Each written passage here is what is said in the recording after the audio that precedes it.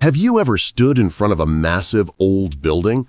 Its stone columns towering above, its arches whispering of ancient empires, and wondered, who really built this? Not the architects we read about in textbooks, but the true hands behind the foundations. What if I told you that the story of our cities, our monuments, and even our sense of history itself might be hiding something far older than we imagine? Because what if civilization didn't begin in the 19th century, but was rebuilt from the ruins of one that came before? Today, we're going to uncover the clues that connected the world's grandest architecture, the strange symbolism carved into our government buildings, and a forgotten language of power that still surrounds us today. This isn't just history, it's a revelation that might change how you see every street ute you've ever walked.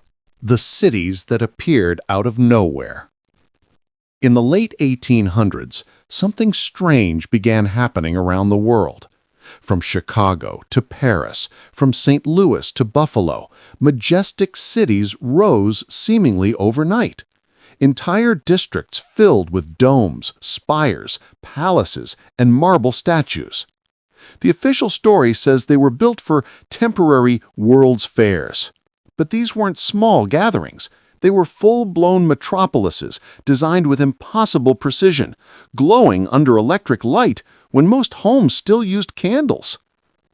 The photographs from those events are breathtaking. Towering halls, endless columns, giant statues of gods and heroes. But what's even more incredible is what happened after. Within months, almost every one of those structures was destroyed, burned, bulldozed, or erased completely. The only explanation we're given? They were made of plaster. But look closer at the pictures. Those aren't plaster walls. They're stone. They're solid. They look eternal. So why erase them? Why build something so magnificent only to destroy it almost immediately? Unless, of course, they weren't building anything new at all. Maybe they were revealing something already there. The architecture that doesn't add up. Let's look at the style that defined these mysterious cities, the Grand Beaux Arts. Historians say it was a fashionable French movement, but the more you examine it, the stranger it gets. This architecture ignores human comfort completely. The doors are too tall, the stairs too wide, the ceilings too high. It feels as if the buildings were made not for humans, but for giants. These structures weren't built to house people.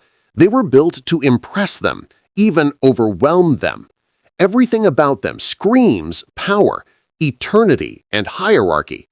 The winged gods, the lions guarding the entrances, the massive domes and pillars, they all tell a silent story, one that doesn't fit the industrial narrative of progress.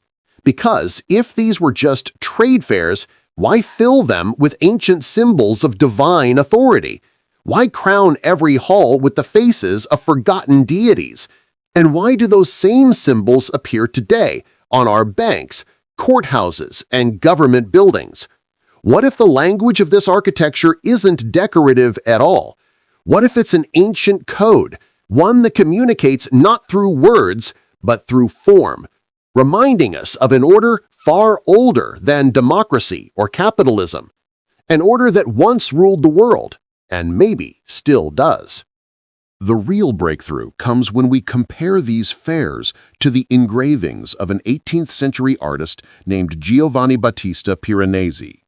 His drawings show immense ruined cities, arches, statues, columns, all scattered as if by some catastrophe.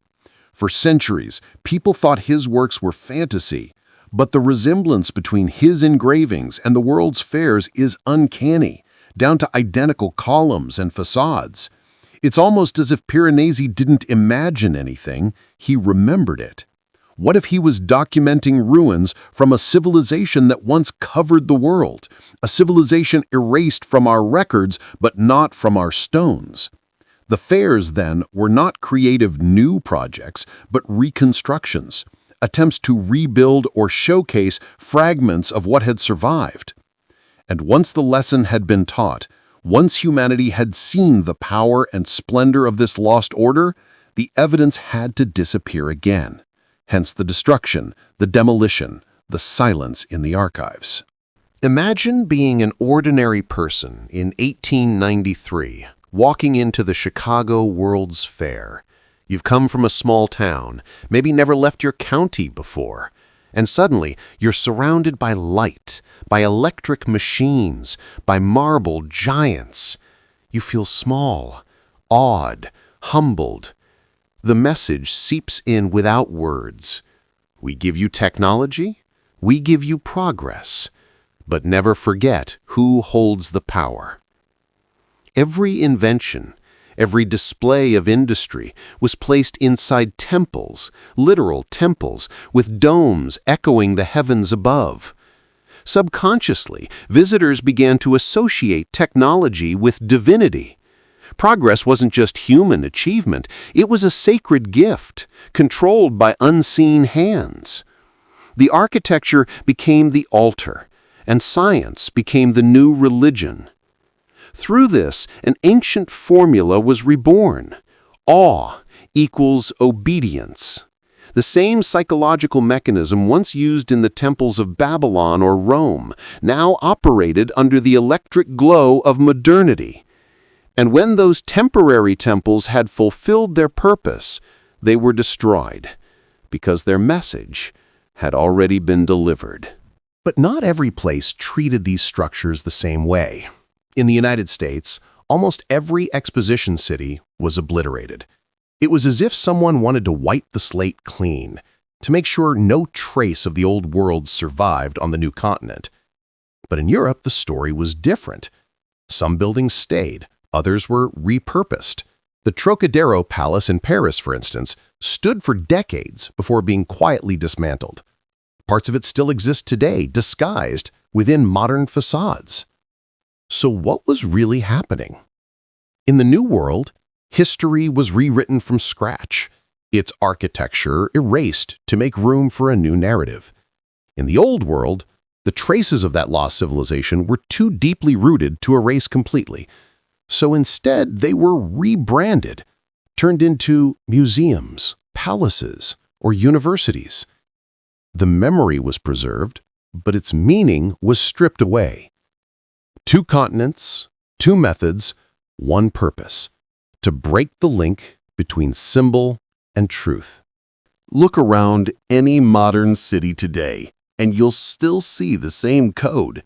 Government buildings with domes and pediments, banks guarded by lions, courthouses lined with columns, universities crowned with winged figures holding torches. We think these are just stylistic choices, artistic nods to the past. But what if they're not? What if these symbols are the lingering fingerprints of a power that once ruled openly and now rules subtly through memory and repetition? Every time we walk through those marble doors or stand before those columns, we unconsciously submit to the same hierarchy encoded in stone centuries ago. The architecture teaches without speaking.